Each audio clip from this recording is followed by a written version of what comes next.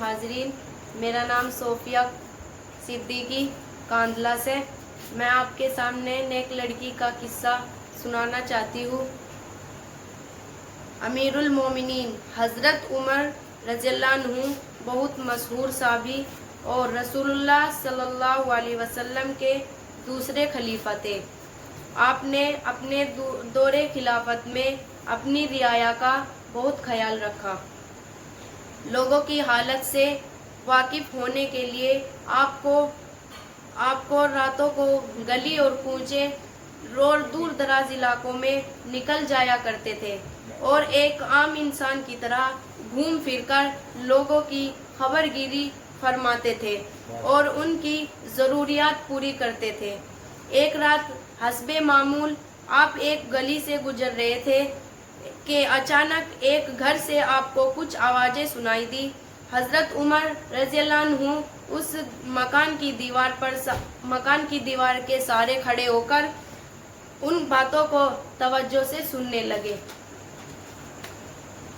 ایک ماں اپنی بیٹی سے کہہ رہی تھی، بیٹی ذرا جلدی اٹھ اور دودھ میں پانی ملا دے۔ بیٹی نے کہا، امی جان، حضرت عمر رضی اللہ عنہ نے فرمایا ہے کہ کوئی بھی شخص پانی ملا کر دودھ نہ بیچے۔ ماں نے اپنی بیٹی سے کہا، بیٹی جو میں کہہ رہی ہوں وہ کر گزر۔ اتنی رات میں تیری اس عمل کو حضرت عمر رضی اللہ عنہ تو دیکھ نہیں رہے ہیں، بس جلدی اٹھ اور دودھ میں پانی ملا دے۔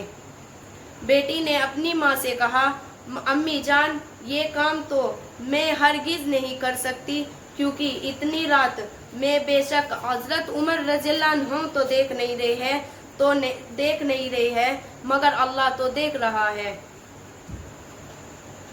کل قیامت کے دن میں اللہ کو کیا جواب دوں گی؟ میں تو صرف اللہ سے ڈرتی ہوں۔ امی جان، آپ چاہے راضی رہے یا ناراض، بہرحال میں دودھ میں پانی نہیں ملاؤں گی۔ امیر المومنین حضرت عمر رضی اللہ عنہ اس لڑکی کے جوابات سے بہت خوش ہوئے اور آپ نے اپنے ساتھی سے کہا، اس گھر کو سمجھ لو۔ اگلے دن آپ نے اس مکان کو بیٹی کو اور اپنے اس پاس ماں کو ان دونوں کو راتوں کو بلایا۔ ماں تو صرف ایک وجہ سے پانی ہو گئی اور اس کی بیٹی نیک وجہ سے سر بلند رہی۔ امیر المومنین حضرت عمر رضی اللہ عنہ نے فرمایا اس عورت سے کہا، میں تمہاری اس بیٹی کے ساتھ اپنی بیٹے کی شادی کرنا چاہتا ہوں۔ اس عورت نے بے خوش ہو کر منظور کر لیا۔ حضرت عمر رضی اللہ عنہ نے فرمایا، اپنے صاحبزادے کے ساتھ حسب اس لڑکی کی ساتھ شادی کرا دی۔ حضرت عمر رضی اللہ عنہ نے